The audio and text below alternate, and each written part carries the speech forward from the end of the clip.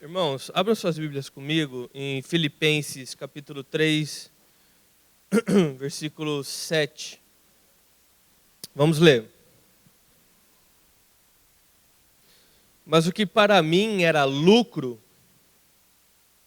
passei a considerar perda por causa de Cristo. Preste atenção em cada frase, irmãos.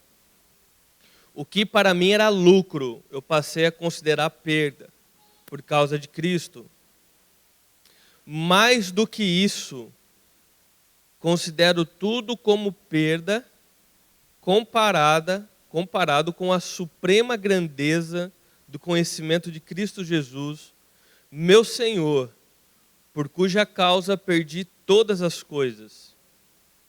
Eu as considero como esterco para poder ganhar a Cristo, ou dependendo da sua tradução, eu as considero como lixo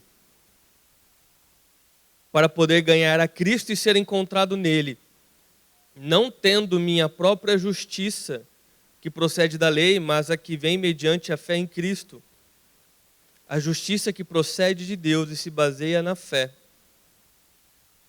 Quero conhecer a Cristo, o poder da sua ressurreição e a participação em seus sofrimentos, tornando-me como ele em sua morte, para de alguma forma alcançar a ressurreição dentre os mortos.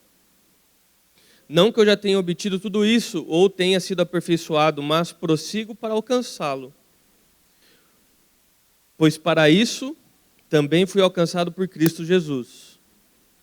Irmãos, não penso que eu mesmo já o tenha alcançado, mas uma coisa eu faço, esquecendo-me das coisas que ficaram para trás e avançando para as que estão adiante, prossigo para o alvo, a fim de ganhar o prêmio do chamado celestial de Deus em Cristo Jesus. Vamos até aqui. Irmãos, é óbvio que a gente não vai conseguir analisar aqui este texto todo, mas eu quero tirar algumas lições desse texto neste dia da Páscoa. Antes, vou fazer uma rápida oração. Senhor Jesus, fale conosco através da sua palavra, transforme nossas vidas, que o entendimento do Espírito possa vir à nossa mente, Pai. Senhor, que a tua ressurreição possa transformar a forma como vivemos, a forma como olhamos para a vida, Pai. E que nós possamos participar do seu sofrimento e também, de alguma forma, da sua ressurreição. Em nome de Jesus, amém. Irmãos, a Páscoa, ela é o ponto mais alto para nós que somos cristãos, tá? Então, se alguém um dia perguntar para você qual é o ponto mais importante da fé cristã, é a ressurreição. Porque sem ela nada existiria. Não é? A Bíblia é muito clara em falar que se não fosse pela ressurreição, em vão seria a nossa fé. Então, a morte de Cristo tem um significado grandioso? Tem. Mas sem a ressurreição, ela não tem significado. Então, a ressurreição ele é o ponto central da fé cristã. Então, por isso, o que a Páscoa cristã simboliza é extremamente importante para nós. Não é sobre uma data, é sobre um acontecimento. Tanto que nós, na verdade, podemos e devemos comemorar a Páscoa, ou seja, a ressurreição de Cristo, todos os dias das nossas vidas. Mas por conta de termos um momento especial para falar sobre esse tema com a igreja, também se faz necessário nós separarmos um culto diferenciado. Não é? Dito isso, e vocês estarem cientes de que a Páscoa, ou seja, a ressurreição, quando nós falamos Páscoa cristã é ressurreição, é o ponto central, vamos a 3 pontos que eu vou tentar ser breve em cada um deles, tá?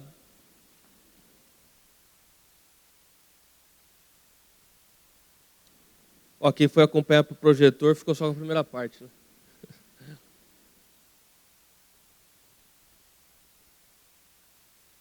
Irmãos, o ponto 1 é inspiração e modelo. E aí tem uma frase que ela vai, no final desse primeiro ponto, você vai entendê-la perfeitamente. Em Jesus encontramos não apenas um exemplo a ser seguido, mas também a força para segui-lo. É bem verdade que todos nós admiramos pessoas. Você provavelmente, com quase toda certeza, olha para algumas pessoas e tem elas como inspiração para a sua vida, com uma certa admiração, bons exemplos que nós temos. E hoje, com as redes sociais, essas inspirações, ou seja, essas pessoas que nós admiramos, elas não são mais somente pessoas muito próximas, mas também pessoas que estão distantes de nós e que nem ao menos a conhecemos de fato. Porque agora nós podemos seguir essas pessoas, não é? E observar suas vidas, ou pelo menos a parte da vida que elas querem que nós venhamos conhecer, não é? Então agora as pessoas elas têm listas de referências e de bons exemplos e pessoas que trazem admiração para ela, no seu celular, enfim. E quando nós admiramos uma pessoa, ela se torna uma grande inspiração para nós. Não digo que surge um problema, mas há uma situação aqui. Admirar uma pessoa não traz consigo a capacitação para você viver aquilo que você admira. Vamos dar um exemplo aqui, deixa eu pensar. É muito comum, por exemplo, uma pessoa que quer emagrecer, ela começar a seguir alguém numa rede social que emagreceu, 50 quilos. E que agora compartilha sua rotina de alimentação, sua rotina de treinamento, sua rotina de vida. Essa pessoa olha para essa que conquistou isso e fica admirada. Se torna uma referência para ela. Mas você entende que admirar essa pessoa não vai trazer consigo a capacitação para você também emagrecer 50 quilos? Você ter aquela pessoa como uma referência para você não quer dizer que você agora está capacitado a perder também 50 quilos. Então, admirar pessoas não traz consigo capacitação. A não ser que essa pessoa consiga entrar na sua vida, não é? E colocar em você as capacitações necessárias para que você possa viver aquilo que você está admirando. Então, se de alguma forma essa pessoa que emagreceu, 50 quilos no nosso exemplo, pudesse colocar dentro da sua mente, dentro do teu coração, as mesmas capacitações que ela teve, você, além de admirar, conseguiria viver aquilo, com certeza. Certo? Quando nós olhamos para Jesus, ele preenche esses dois requisitos de forma definitiva e total. Por quê? Jesus, a partir da sua ressurreição, se torna uma pessoa totalmente admirável. Alguém com uma referência infinita para nós. Um exemplo maravilhoso. E além disso, quando nós admiramos Cristo, quando nós o aceitamos, vem consigo essa admiração, a capacitação para nós vivermos conforme ele viveu. Compreende? Jesus é a única pessoa Deus, obviamente, mas a única pessoa que nós podemos admirar, desejá-lo ter em nossas vidas e assim fazê-lo. E junto com isso, vem a capacitação necessária para nós vivermos aquilo que nós admiramos nele. Para nós vivermos essa vida nova, para nós vivermos essa de fato, uma novidade em todas as áreas das nossas vidas. É por isso que a frase, ela diz, em Jesus encontramos não apenas o exemplo para ser seguido, mas também força para seguir esse exemplo. Porque o Espírito Santo de Deus habita em nós. Quando nós olhamos para Jesus, o seu ministério, nós vemos um homem que amou sofreu e cuidou daqueles que ele amava, seus filhos, seus amigos, de forma maravilhosa, incrível foi sua passagem por aqui. Em apenas 3 anos, ele conseguiu transformar bilhões de vidas, porque a tua mensagem está viva até hoje. Transformar a cultura, transformar todo mundo, porque bem da verdade, o impacto de Jesus na nossa história é tão grande que a história foi dividida em antes dele nascer e depois dele nascer. Irmãos, não tem ninguém tão importante que você possa admirar, que trouxe tamanho impacto ao mundo, ao ponto de dividir a história. Jesus foi único. E o ministério dele durou apenas 3 anos. Em 3 anos, ele transformou a história da humanidade. Jesus é uma referência absoluta em tudo para nós. Resiliência. Foi traído pelos seus amigos, considerado como louco pela sua família.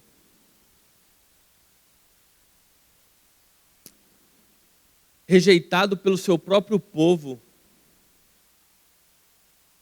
Nunca desistiu do seu propósito. Foi até o fim. Resiliente. Jesus Cristo foi leal. Amigo. É um exemplo em empatia, trabalho, amor, amizade, enfim. Eu poderia ficar aqui eternamente, um exemplo em paciência, em domínio próprio, em sabedoria, uma grande referência em todas as áreas. E Jesus, então, vivendo o seu ministério, as coisas fluindo, mesmo em meio a problemas, porque afinal ele veio a este mundo, e este mundo é em meio a problemas, não é? Parece que quando as coisas estavam, de fato, acontecendo, Jesus foi preso, levado a um julgamento, considerado culpado, por um julgamento injusto, foi levado a uma cruz e foi assassinado de forma brutal. E aqui parece que a história simplesmente acabou, né? Você tem uma passagem logo após a morte de Cristo, que é os 2 homens caminhando para Emaús, ou 2 pessoas, porque são um casal, e eles estavam se sentindo traídos, desanimados por Cristo, porque eles haviam criado expectativas em cima daquilo que Jesus estava falando, em cima daquilo que estava sendo criado, e de repente Jesus morreu, né? Ou seja, para eles e para todos os seus discípulos parecia ser o fim. Foi apenas uma ilusão, nós apenas seguimos um louco. Nada daquilo realmente foi verdadeiro. Mas aí então é que acontece a coisa mais incrível de todo o universo. Nós temos a ressurreição de Jesus, testemunhada por diversas pessoas, foram testemunhas oculares, e escreveram sobre isso. Jesus foi até muitos dos seus, trouxe instruções, orientações, conversou com eles, ceiou com eles. Entre várias dessas pessoas, os 2 que estavam em caminho de Emaús receberam o próprio Cristo, andaram ao lado dele. E quando Jesus ressuscita, isso marca a história da humanidade, finalmente aquelas pessoas, e nós podemos perceber que de fato ali estava não apenas um homem, mas o Deus criador de todas as coisas. A mente que criou, arquitetou todo o universo e dá a manutenção para que isso continue a existir. Este Deus, por amor, se tornou homem. veio pelos seus, por amor sofreu, morreu em nosso lugar, ressuscitou e voltou para o seu trono.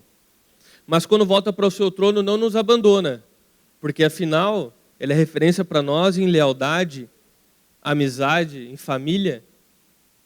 Como que um pai poderia abandonar seus filhos? Ele não abandona, ele deixa que o teu Espírito Santo, que é o nosso ajudador, nosso consolador, todos aqueles que estão em Cristo recebem o Espírito Santo para continuar trabalhando naquilo que Jesus começou. Além do Espírito, recebemos a promessa. Jesus voltará. E assim como ele venceu a morte, nós venceremos.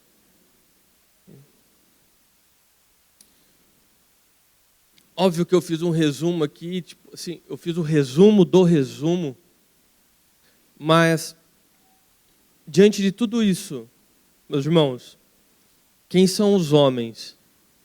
Quem são nossos heróis? Perto disso, quem são nossas grandes referências? São apenas pó. A maior referência que você pode ter na vida comparada com Jesus é pó. Não é nada. Jesus, uma jornada incrível. De verdade, para mim, eu sempre falo isso, eu vou repetir, porque é incrível.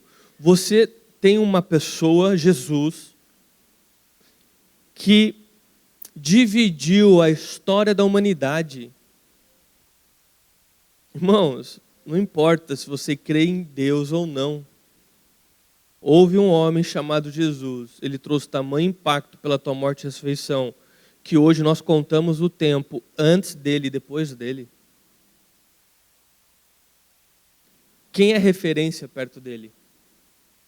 Quem é um bom exemplo que você pode ter perto deste homem? Quem são os seus heróis? Comparado com Cristo, não são nada.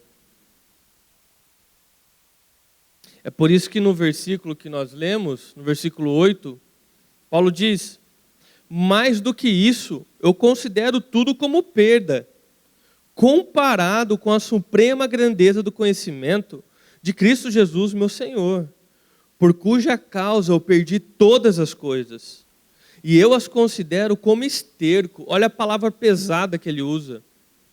Na tua tradução pode estar como lixo. Eu considero como lixo tudo para poder ganhar a Cristo e ser encontrado nele. E no versículo 10, ali no finalzinho, ele diz: eu quero conhecer Cristo, o poder da sua ressurreição, participar do seu sofrimento, tornando-me como ele em sua morte,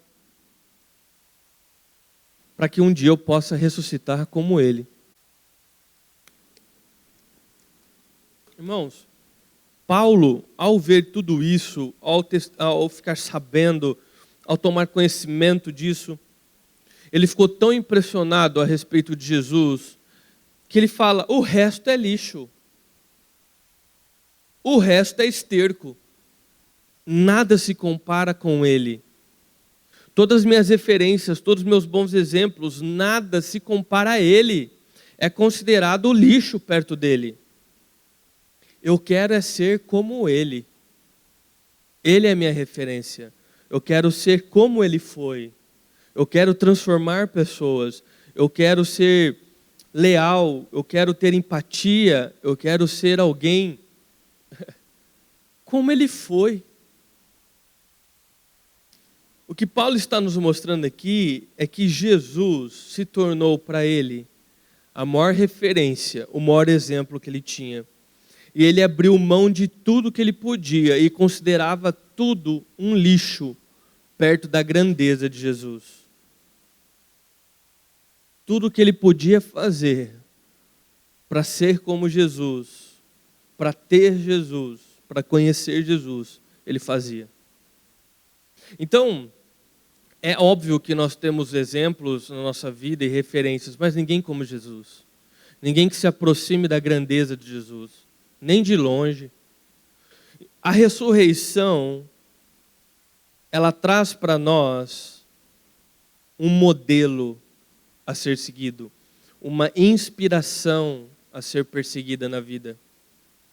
A partir do momento que Cristo ressuscita, com essa história maravilhosa, ele se torna o nosso maior alvo, o nosso maior modelo, a nossa maior inspiração.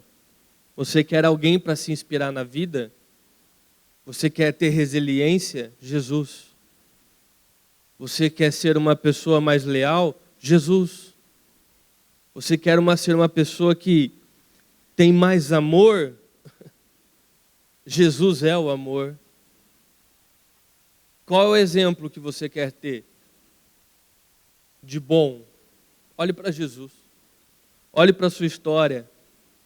Você pode segui-lo também. Muito mais que apertar um botão. Você pode seguir ele de tal forma que ele irá morar dentro de você. E com isso você será capacitado a viver da forma como ele viveu. Isso não é incrível? Não é incrível você olhar para alguém, admirar algo naquela pessoa, e quando você faz isso, você recebe a capacitação para viver aquilo também? Jesus é dessa forma. Você olha para ele e você recebe a capacitação para viver como ele. Ele tem sua própria rede social, é a Bíblia. Você pode seguir lá. Você pode ver a rotina dele lá. Você pode ver o que ele comia, você pode ver por onde ele andou, você pode ver quem foram os amigos dele.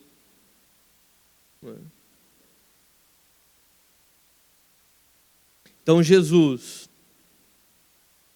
ele é a nossa inspiração e o nosso modelo. Isso só é possível pela ressurreição de Cristo. Segundo ponto, rapidamente, que a ressurreição traz para nós é a ressignificação de sofrimento, ou do sofrimento.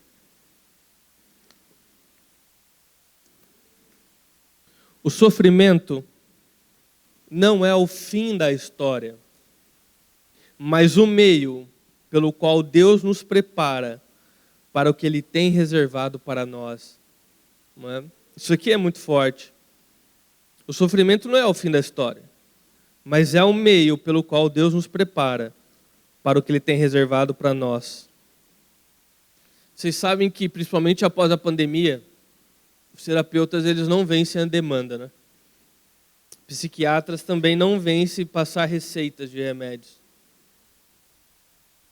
Bem da verdade, nós vivemos em meio ao medo, e isso traz grande sofrimento para nós. As pessoas, elas sempre estão com receio, com medo. Estão sempre, parecem, em um sofrimento 24 horas. Tem algo de interessante em Filipenses, que é este trecho que nós estamos lendo. Quando Paulo escreveu este livro, Filipenses, ele estava preso. E, obviamente, as prisões naquele momento não eram como hoje. Não eram como hoje. De forma geral, as prisões eram subterrâneas, ou seja, muitas vezes ficavam nos esgotos.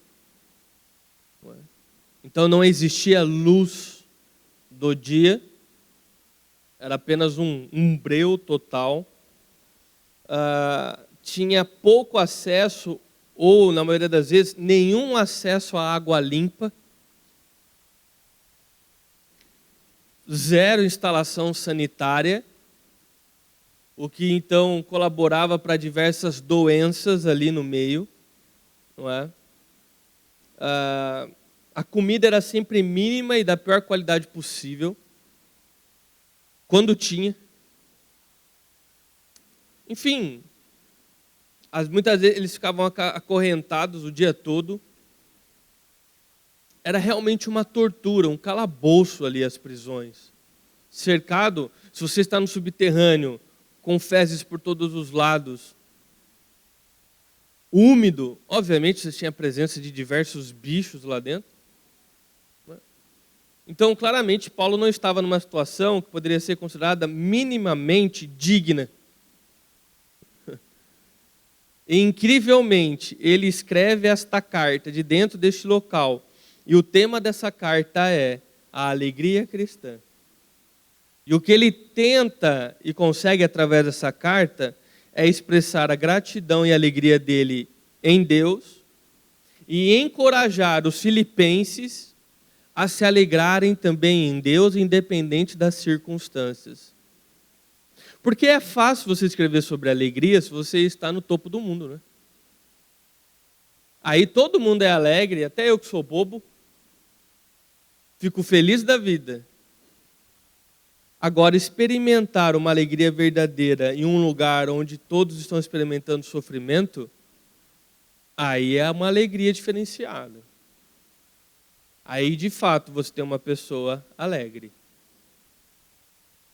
Porque a pessoa ela é alegre independente das circunstâncias.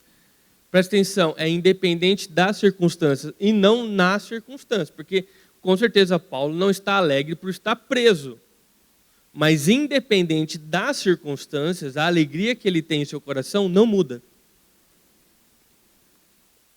A gratidão que ele tem no coração não muda. Qual que é uma lição aqui? Irmãos, ser cristão não significa sermos isentos de sofrimento.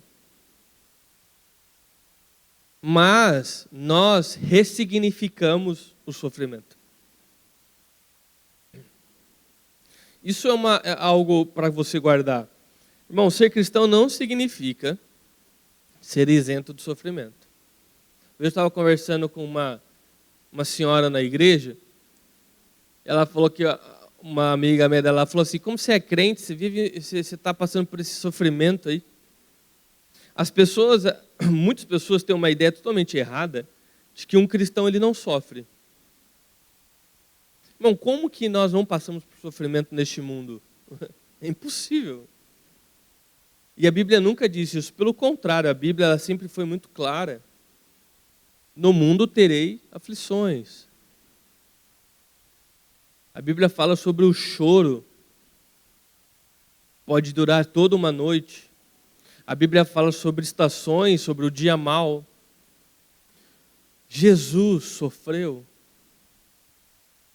Então, essa ideia é uma ideia errada, porque as pessoas criam, como nós conversamos na série Jesus Desconhecido, as pessoas criam a imagem do Jesus do Evangelho que elas querem viver. Mas aqui nós estamos vendo Paulo nos ensinando que ser cristão não significa ser isento de sofrimento, mas ser cristão significa ressignificar o sofrimento. Quando nós estamos em Cristo, quando a ressurreição de Cristo nos impacta, o ponto é que nós olhamos a vida com outras lentes. A situação da vida continua a mesma, mas a forma como nós olhamos aquilo, agora nós olhamos diferente. Nós conseguimos enxergar a verdade por trás das situações. A perspectiva é totalmente diferente. Totalmente diferente. Eu gosto tem um momento, vários momentos que aconteceram isso, na verdade. Quando a minha filha era menor, tinha que tomar as vacinas, né? E quando ela tinha 1 ano e pouco, ela já conseguia identificar que quando ela via uma mulher toda de branco, ela ia tomar uma vacina, né? Então ela já começava a chorar, gritar e querer fugir. E aí aquela cena nada bonita de se ver, né? Que a mãe segura os braços, o pai segura a perninha e a criança se contorcendo para a mulher poder aplicar a vacina, não é? E eu lembro que a Zoe olhava para mim do tipo, e aí, você é meu pai, você está deixando isso acontecer comigo, né? Esse sofrimento chegar até mim, como que você permite eu sofrer desse jeito? O ponto é, irmãos, a perspectiva do sofrimento, entende? Ela não consegue ainda ter a lente correta daquele sofrimento, mas eu consigo. E qual é a lente correta daquele sofrimento? Como que eu ressignifico aquele sofrimento? Aquilo vai produzir algo de bom para ela. Não é? Aquilo vai poder salvar a vida dela. essa dor momentânea, ela vai produzir no corpo da minha filha algo que fora daquela dor não conseguiria ser produzido. Somente através daquela dor vai ser produzido aquilo. E aquilo que vai ser produzido nela, especificamente aqui nesse exemplo, um anticorpo, por exemplo, vai poder salvar a vida dela. Então veja, a perspectiva muda tudo. Quando você olha a vida através da morte e ressurreição de Cristo, a perspectiva do sofrimento ela muda. Você não é mais a criança gritando, tentando entender o porquê você tem que passar pela injeção. Você agora cresceu e está maduro ao ponto de poder olhar para aquilo e entender que através daquilo algo de bom pode nascer, vai nascer. Você nunca olhou para a Bíblia e começou a perguntar como que aqueles homens e mulheres eles tinham tanta resiliência, apedrejados, perseguidos, como que eram tão resilientes? Recebi a notícia de que teve a cabeça cortada, o outro foi crucificado de cabeça para baixo, o outro ninguém sabe onde foi parar, e eles são resilientes.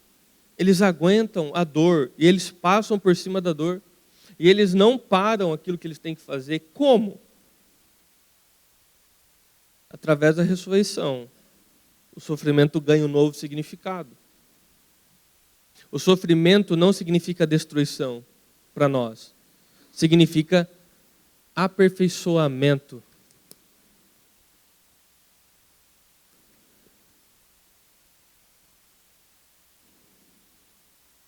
E não é uma mentira, Deus nos fez dessa forma, é a forma como o ser humano funciona.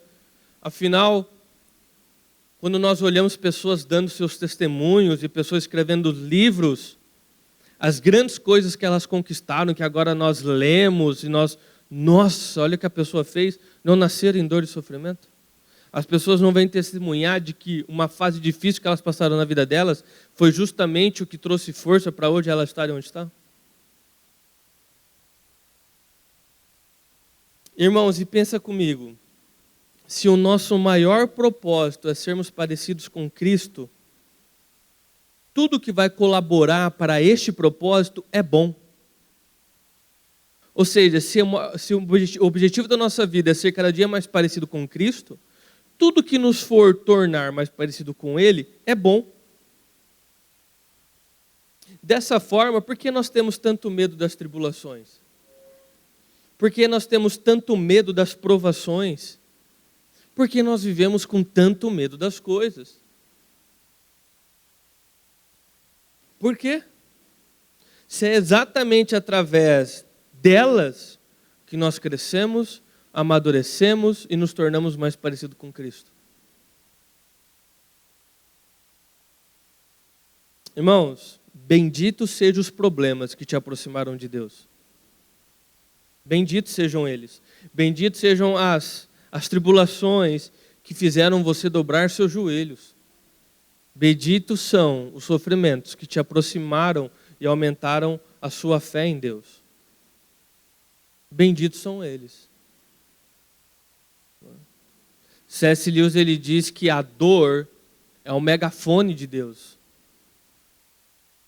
Romanos 5, 3, 4 diz assim: também nos alegramos ao enfrentar dificuldades e provações, pois sabemos que contribuem para desenvolvermos perseverança. E a perseverança produz caráter aprovado, e o caráter aprovado fortalece a nossa esperança. Ou seja, nós não estamos alegres por causa do sofrimento que estamos passando. Mas em meio ao sofrimento nos alegramos porque sabemos aquilo que irá resultar disso. É o ouro sendo refinado. É o vaso sendo moldado. Por isso nos alegramos ao enfrentar dificuldades e provações. Sabemos que ela vai desenvolver perseverança. A perseverança produz em nós um caráter aprovado e o caráter aprovado fortalece a nossa esperança.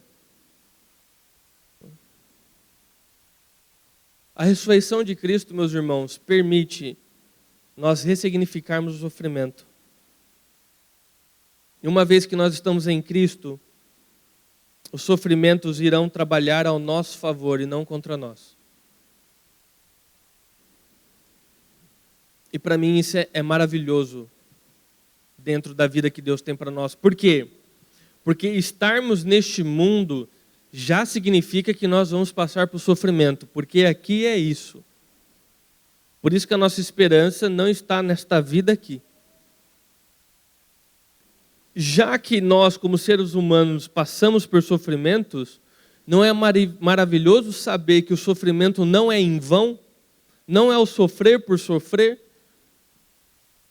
Porque aqueles que estão fora de Cristo, o sofrimento não produz perseverança, a perseverança não vai produzir o caráter aprovado, e muito menos a esperança em Cristo. É o sofrimento pelo sofrimento. Porque tudo que eles esperam está nessa vida. Para nós, o sofrimento nunca é em vão. E todas as coisas colaboram para o nosso bem. Então, isso é motivo de, muitas vezes, alívio, alegria no meio do sofrimento. Eu estou passando por isso, mas isso vai gerar algo bom. Esse sofrimento não é em vão. Ele vai produzir algo bom na minha vida. E isso vai me salvar. Então, irmãos, a ressurreição, ela permite nós ressignificarmos o sofrimento. E caminhando para o terceiro e último ponto, esperança de um futuro, que é totalmente ligado ao ponto 2.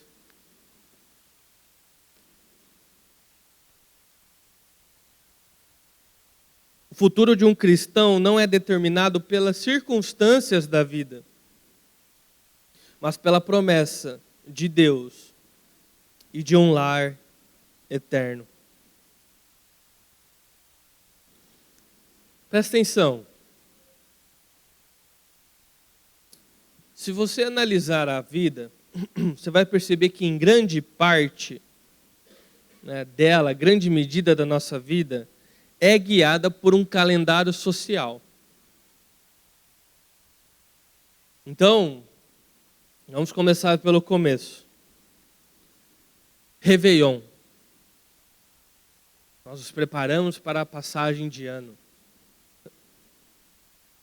Porque parece que alguns acreditam dessa forma, né? De alguma maneira, aquele ponteiro, quando der meia-noite, algo vai mudar na tua vida. E nós nos preparamos para esse momento. Nós investimos dinheiro neste momento. Nós compramos roupas, nós preparamos jantares, viagens. Enfim, nossa vida começa a ser guiada para passar pelo Réveillon. O Réveillon mal acaba, as pessoas já estão olhando para o feriado de Carnaval. E começam agora a se preocupar com o dinheiro para o Carnaval e com tudo que isso gera. E para os cristãos, o Carnaval, acampamentos, conferências, ou feriado para poder descansar do que foi o Réveillon. E agora nós nos organizamos financeiramente em tempo para passar pelo feriado de Carnaval. Fazer as viagens, programações especiais. Carnaval acaba, as pessoas começam a olhar para a Páscoa. Não é? Final de fevereiro, início de março, já temos ovos de Páscoa nos supermercados. E o resto do chocotone, que ainda está próximo da data de vencimento. Não é? E de novo, nós nos organizamos e começamos a guardar o dinheiro para comprar o ovo de Páscoa, para os almoços e jantares especiais, para ir num restaurante, para viajar de novo, para receber família, para ir na casa de família, para ter uma roupa mais bonita para passar por este momento. Não é? E passamos pela Páscoa comercial. Não é? Passa a Páscoa. Vocês vão ver. Vocês já viram, na verdade. Ninguém aqui está com 1 ano de vida, né? A não ser talvez uma ou duas pessoas. Né? Em maio, talvez antes, vai começar a ter paçocas e chapéus caipiras nos supermercados, porque agora nós nos preparamos para as festas juninas ou julinas, não é? E aí começam os eventos nas escolas, nas instituições, e de novo nós vamos nos encontrar e vamos ter almoços, jantares e festas no bairro, e nós vamos agora ter que comprar, né, um chapéu e uma festa caipira agora. Passa a festa junina. Não é?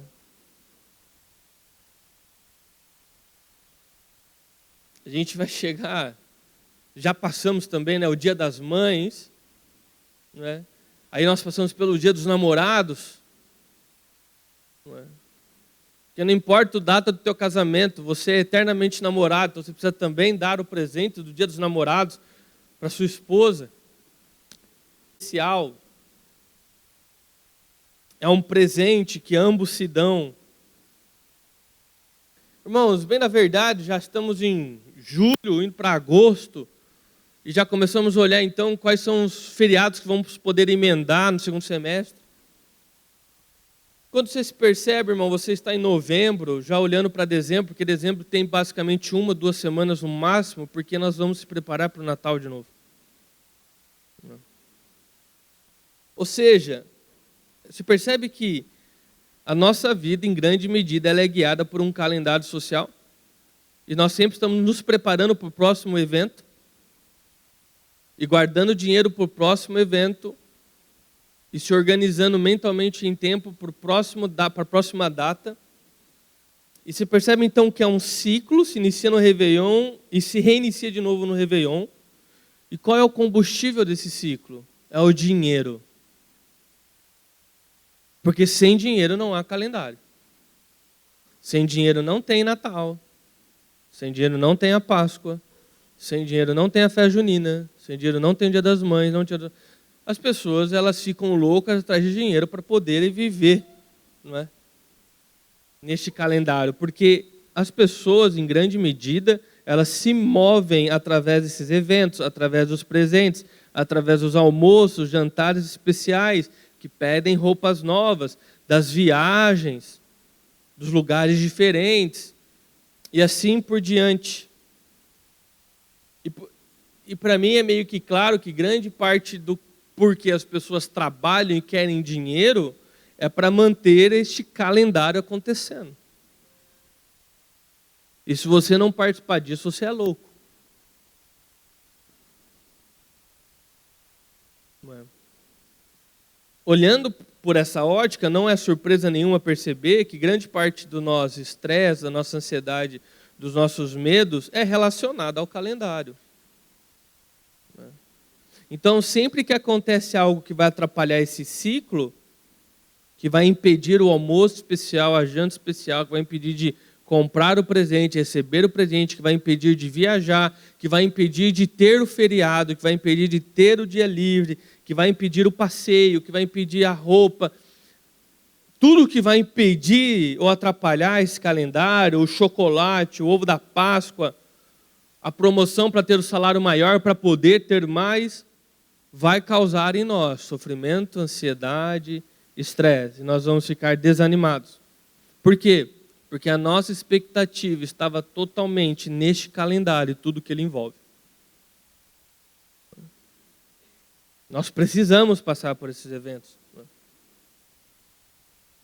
E a ressurreição de Cristo, ela quebra isso em nós. Porque nós não vivemos mais tendo como a base das nossas vidas a expectativa do próximo evento do calendário. E, obviamente, todos os requisitos que isso engloba. Agora, nós criamos expectativa naquilo que realmente é o motivo das nossas vidas.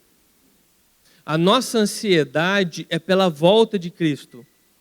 A nossa ansiedade é pelo dia que nós ressuscitaremos em um corpo glorificado e reinaremos com Cristo eternamente. Essa agora é a nossa, vamos dizer assim, boa ansiedade. Esse é o nosso calendário. A nossa vida não gira mais em torno do 5º dia útil. A nossa vida não gira mais em torno da próxima festa, do próximo Natal, da próxima Páscoa comercial, da próxima festa junina, do próximo Dia dos Namorados. Não é mais sobre isso. Muito embora nós vamos viver isso, não é sobre isso. Nossa expectativa não está totalmente depositada mais nessas coisas efêmeras. Nós vivemos agora ansiando e esperando pelo último dia, pela volta de Cristo. Pelo dia que será para sempre. Este é o nosso novo objetivo, este é o nosso novo alvo, este é o nosso prêmio. Se percebem? Por isso que em Filipenses que nós lemos, eu vou repetir. Esse aqui eu não coloquei, eu vou repetir o que eu já li para vocês, que é o versículo 13 e 14. Irmãos, não penso que eu mesmo já o tenha alcançado, mas uma coisa eu faço, esquecendo-me das coisas que ficaram para trás e avançando para que estão adiante, eu prossigo para o alvo, a fim de ganhar o prêmio do chamado celestial de Deus em Cristo Jesus. Ou seja, eu me esqueço de todas essas coisas, elas não são mais tão importantes, porque agora eu prossigo para um alvo. E qual é o meu prêmio? Não é? Cristo Jesus. Cristo Jesus. Então, a ressurreição, irmãos, ela nos dá uma esperança de um futuro maravilhoso. Uma certeza de um amanhã maravilhoso. Porque você entende que para aqueles que vivem presos nesse calendário, e toda a expectativa deles é pelo que vai acontecer aqui, é uma expectativa frustrada, porque são coisas que vão acabar, são coisas que dão erradas. O dinheiro pode acabar, a pessoa pode ser desligada da empresa na véspera do Natal. A pessoa pode não poder viver o Dia dos Namorados. Ou não estar preparada para curtir o feriado de carnaval. Então você percebe que essas expectativas elas são facilmente atrapalhadas, elas são facilmente destruídas.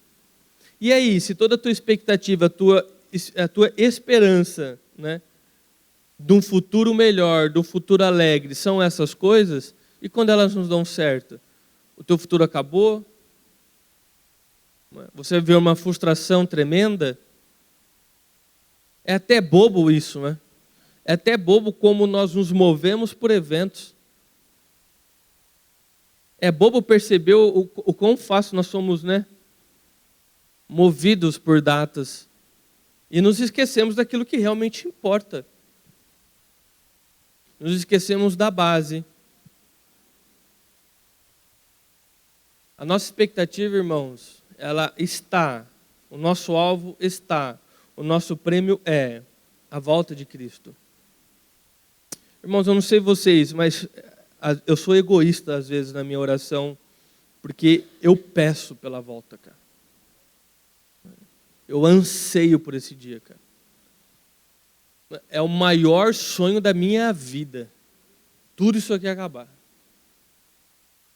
E nós podemos, de fato, estarmos reunidos em Cristo, no dia que será para sempre, na eternidade, reinando com Ele, onde a doença não mais corrói nossos corpos, onde não existe mais vírus, onde o choro não existe, a morte não haverá. Irmãos, isso é um evento que vale a pena esperar. Esse é o evento que vale a pena se preparar. Eu quero entrar nesse camarote aí. Entende? E como Paulo, eu vou considerar todas as coisas como lixo, se for necessário, para ganhar Cristo e estar com Ele. Agora, como eu disse, é óbvio, nós vamos passar por esse calendário aqui, faz parte em certa medida das nossas vidas. Mas o ponto é que a nossa expectativa não está mais neles, nós não nos permitimos ser movidos por eles. Se até agora A sua perspectiva de futuro, a tua fé tem sido no seu trabalho, no teu salário, no teu casamento, nos seus carros, na tua capacidade, nas tuas casas, nas roupas, nas festas, nos eventos? Cristo, ele tira isso e fala, olha, a tua perspectiva de futuro, a tua fé tem que estar em mim. Porque eu não mudo, eu sou eterno. Eu sou o mesmo ontem, hoje e para sempre. Irmãos, colocar a tua expectativa, a tua perspectiva em coisas que vão e vêm é tolice, porque elas vão e vêm.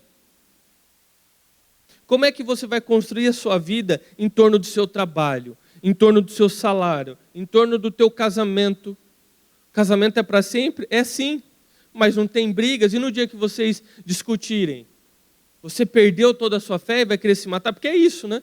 Tem pessoa que coloca todo o motivo da sua existência, sua fé, em um relacionamento. E no dia que discute, aí está lá, tentando se matar, tomando 30 remédios.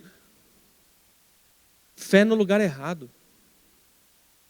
Não é?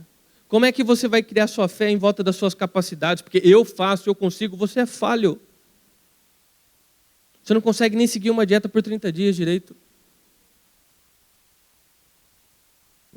É tolice colocar toda essa expectativa, toda a sua esperança, toda a sua fé em coisas que vão e vêm.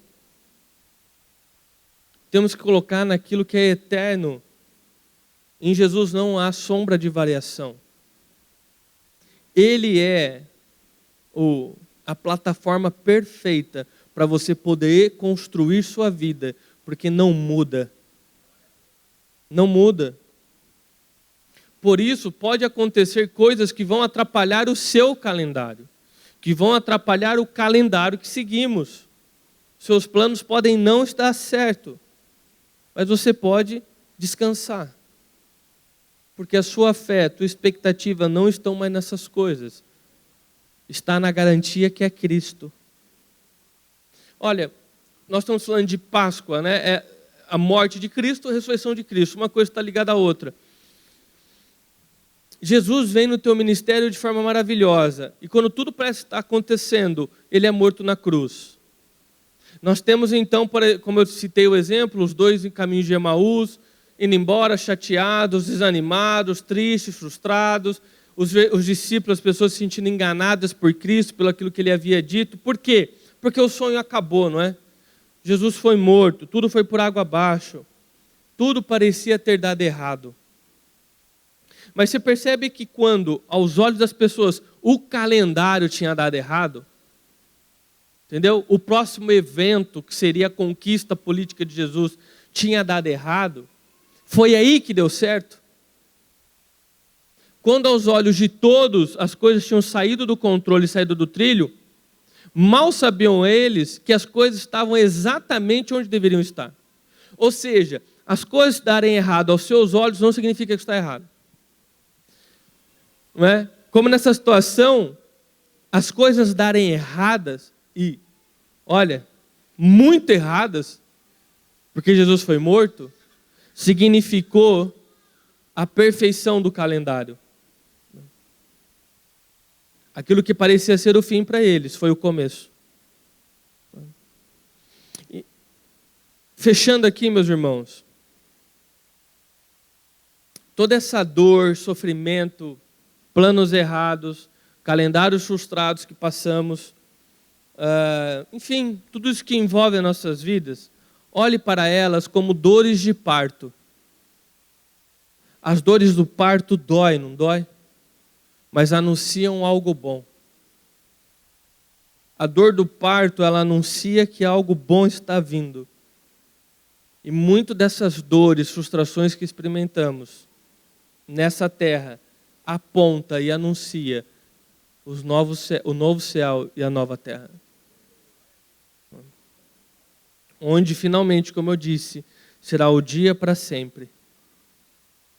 Você deseja vencer a morte e estar junto com Cristo? Você anseia por esse dia que será o último dia dessa existência, dessa terra? Apóstolo Paulo nos dá o caminho, não é? Ele nos ensina a abrir mão e perdermos tudo aquilo que nos impede de estar com Cristo. Ele está tão focado, fissurado na volta de Cristo, em Deus, que ele olha para as coisas e considera elas como lixos, perto de Cristo. A Páscoa, irmãos, ela é um grande convite de amor. Eu gosto de pensar, de diversos convites que a Bíblia traz, eu gosto de pensar em Mateus 11, 28, que diz, é um convite: venham a mim, todos que estão cansados e sobrecarregados, e eu lhes darei descanso. Tomem sobre vocês o meu jugo e aprendam de mim, pois sou manso e humilde de coração, e vocês encontrarão descanso para as suas almas, pois o meu jugo é suave e o meu fardo é leve. Irmãos, esse é o convite que Cristo nos faz. Esse é o convite que está aberto para cada um de vocês. Amém?